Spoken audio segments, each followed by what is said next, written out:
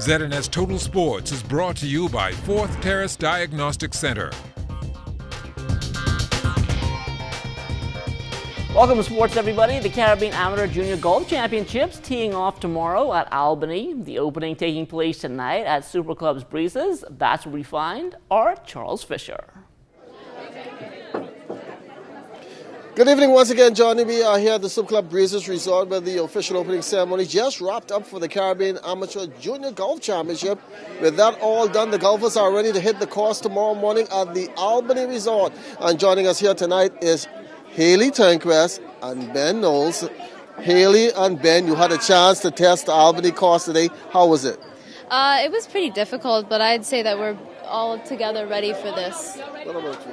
The course conditions will play hard, but with a bit of luck and some good fun, it should be pretty fun. Last year, the Bahamas finished 5th overall in this tournament. You finished 5th overall. You're looking to improve on that this year. Yes, definitely. I'm very excited to head out and play. I know this course like the back of my hand, so. How important is it to go there on day one and set the tone? It's very important. I think overall our team has a lot of experience and everyone's going to be playing it for the first or second time, so I think we have a huge advantage. And Ben, you haven't played in this tournament since 2013. Quite a big gap. How are you approaching this tournament? I'm just trying to come in fresh and trying to practice a bit more, make sure that I'm up to date with all my technique and form. You like your team chances heading into round one tomorrow? Yeah, really. We've played here a bunch, other teams not that much, so yeah, we should have a real good chance to win. Yes, I definitely say the same thing. I'm very confident in our team this year. Well, the Caribbean Amateur Golf Championship once again will tee off tomorrow morning. A progressive start, 8:30 at the Albany Resort. They'll wrap up on Friday. Will the trophy stay in the 242? Yes, Of course. Exactly. You said it right here. All right, well, you heard it here from Haley and Ben. The trophy is staying right here in the 242. We want to encourage everybody to go on down Albany Resort and cheer on these youngsters. They'll be going up against some 8 other countries. But guess what? Like they said, the trophy is staying right here in the 242. Thanks a lot.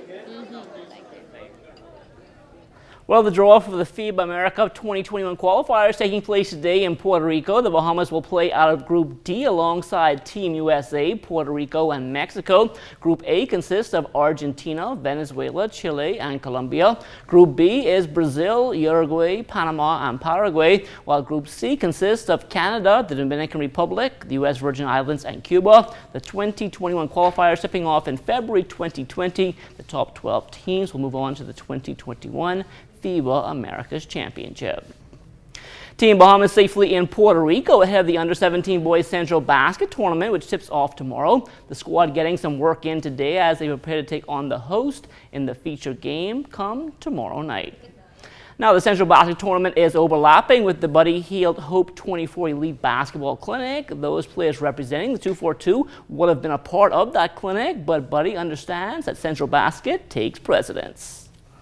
National team comes first because that's a better opportunity for them for exposure, and like I would tell them, go get that opportunity because that's, as kids, that's memories you cannot bring back. And the scouts out there, we'll be able to watch them, so that's protocol for them. They have to take that opportunity to go, and they have to play against teams they're playing for something. They're playing to go to the Tournament America. It's a tournament that I myself never reached. Now, in addition to the clinic he is putting on here in the capital, Buddy has other initiatives going on as well, including one at his former high school in Kansas. I went to Sunrise Christian Academy, and whatever I can do to give back to them, where they say, buddy, I need you to show up for a basketball camp, and I can put it on for them, and that's wherever they make off it or wherever donations they get from it is just for them because that's my way of giving back to them and helping out the community around them. And just in seeing with Sacramento, just having a camp out there, and I tell you, all the funds I make in Sacramento, I take it back to Freeport, and I give the kids.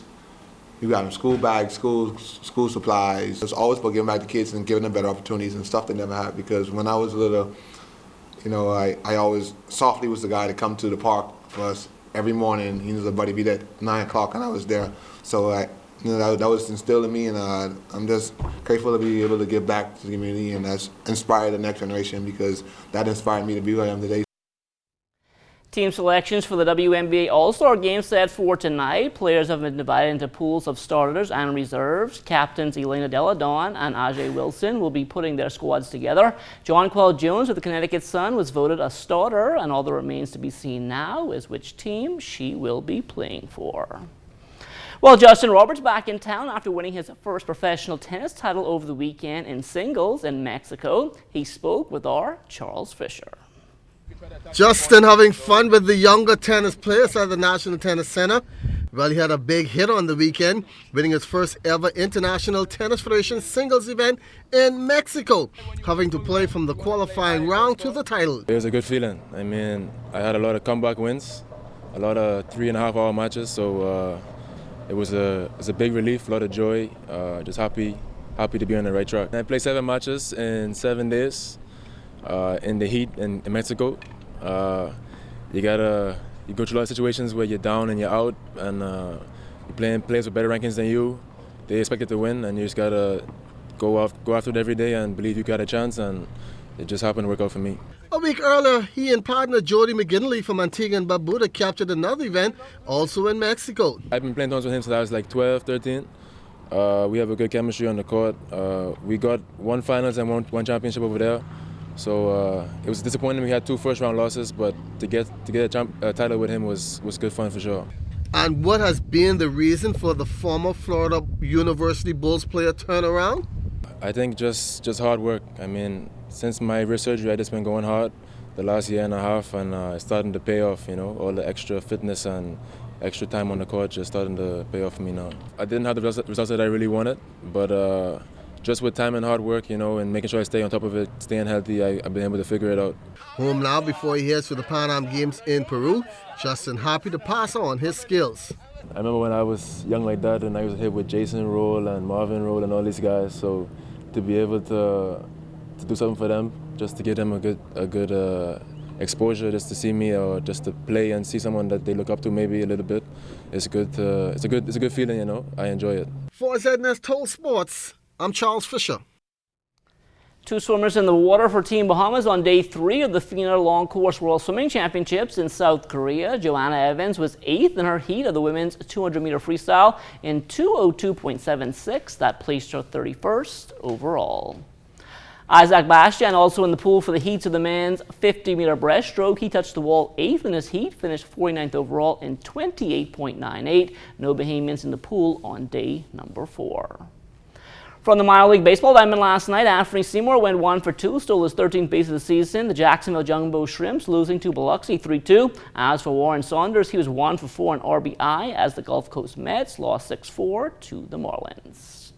Only 1 week left now in the Click Light Summer Bowling League. Last night, the closers came out well with a well-balanced attack. They were led, that is, by Marina McLean, and they moved it to 2nd place in the standings. The Strike Force continuing to lead the way. They're in 1st place by 63 pins. Top scorer on the night was Byron McLean of the Rum Runners, a 2:14 high game and a 5:55 3-game set. McLean's teammates also on fire. Stan Bethel, a 2:14 game as well, while Raymond Adderley, he was just behind with a 5:54 set.